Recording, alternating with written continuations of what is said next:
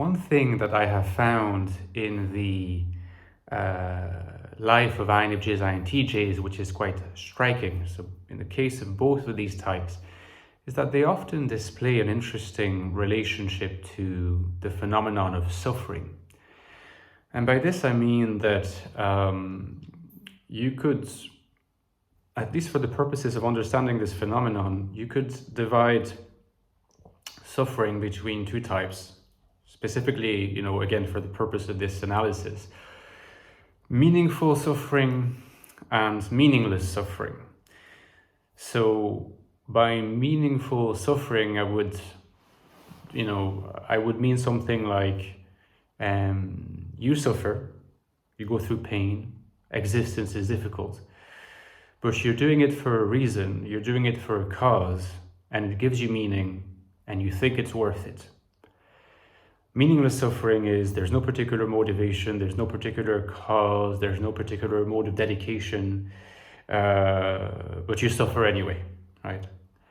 So the meaningless suffering is certainly something that INFJs experience by the simple fact of being alive, and it's very striking how many people in my comment section, also my Patreon supporters, people who send me private messages, they tell me about how difficult existence can be, and they certainly don't enjoy it, and they would rather not suffer, okay? So the meaningless suffering is something that INFJs don't deal with well, and experience that a lot of the time. INTJs seem to complain less about that. I mean, they experience it probably a lot as well, but I think their TE allows them to function in ways that perhaps is more difficult to access for INFJs. But meaningful suffering is something that is, in some ways, even more interesting. Because, again, there's two different types of meaningful suffering. So we're subdividing further. There's, I think, objectively meaningful suffering, you could call that. So, for example, if you're, a humanitarian worker who takes huge risks to help people in Iraq or Syria or whatever, and you might be killed, you might die, but you're willing to take that risk because it instills meaning, the idea of saving lives, saving people. You could imagine lots of forms of meaningful suffering like that. So usually there's the idea of, if you suffer, there's a kind of martyrdom that accrues to it. I think for that reason, a lot of NI dominance, there's a lot of NI dominance that are represented in the population, like early Christian martyrs and religious martyrs in general. I think the idea of the NI fixation on a vision and the fixation on meaning, because NI is all about the generation of meaning, means that for these people, the idea of being devoted to a cause also meant that they could go through a huge amount of suffering. In a sense, the suffering would only reinforce the meaning rather than discouraging them from engaging in that particular kind of activity at the risk of their own safety and sometimes their own lives. So I think there is a lot of NI dominance who can display those traits, and that the idea of this NI fixation on a vision is probably the best explanatory mechanism to explain that. But there's also the idea of meaningful suffering that is meaningful from a subjective viewpoint, but not necessarily from an objective viewpoint. And this is something that I've seen in both INTJs and INFJs, and I've seen that more in them than I've seen it in other types.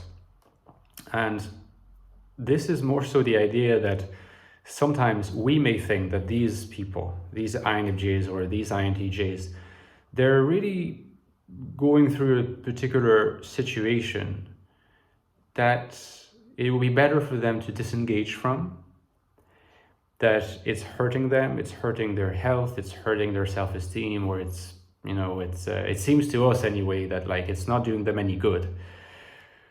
But from their perspective, the fact that it makes them suffer only reinforces the meaning. I've seen that, for example, this is something that I could have talked about at a bit more length in my new book. I've seen that in relationships. So an INFJ or an INTJ being tortured in a relationship, but somehow the idea that they are devoted to the other person, the idea that they are there for the other person, the idea that there can be no person other than that person, is central to them. It's central to how they instill meaning in their romantic lives and in their lives in general. And I think that we're again sort of connecting back to a notion of sacrifice, with here the notion that the sacrifice or the martyrdom is in the name of a romantic relationship. It can also be other circumstances, but this is something that I've noticed in relationships. So the idea that I wouldn't go so far as to say that they enjoy the suffering, but they seem to have this awareness that something is not quite right. You know, it's not like they're not in complete denial, right? They're not in complete denial that anything is wrong.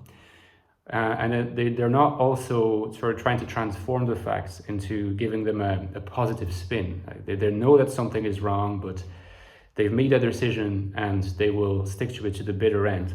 And this is their notion of sacrifice. And we might see things differently, but it's going to be very, very difficult to make them change their minds. And sometimes I ask myself, the subjective engagement there might be so powerful that they really need to, go on with that. They need to carry this forward.